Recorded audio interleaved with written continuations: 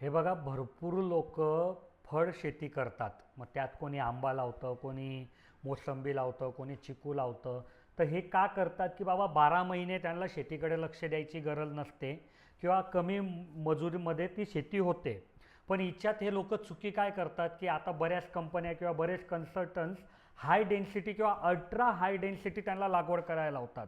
म्हणजे जिथे पूर्वी 2 आंब्यांमधलं अंतर 15-15, 20-20 फूट ठेवलं जायचं, तिथे आता 5-5 फुटावर आंबे लावायला लावतात. आता हिच्यामध्ये अडचण काय येते की बघा, हाय डेन्सिटी किंवा अल्ट्रा हाय डेन्सिटी चांगलं आहे, त्याच्यामध्ये कमी जागेमध्ये उत्पादन वाढतं. पण त्याच्यासोबत त्याचा मेंटेनन्स पण वाढतो ना.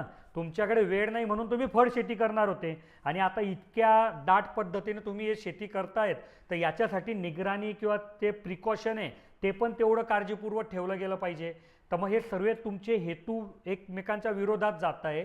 म्हणून जर तुमच्याकडे नॉलेज असेल, तुमच्याकडे मनुष्यबळ असेल, तुमच्याकडे टाईम असेल, म्हणून तुम्ही जर हाय डेन्सिटी काही फळझाडांची लागवड करणार असाल तरच करा. नुसतं कोणी सांगतंय कमी जागेत जास्ती उत्पादन येतं म्हणून करू नका.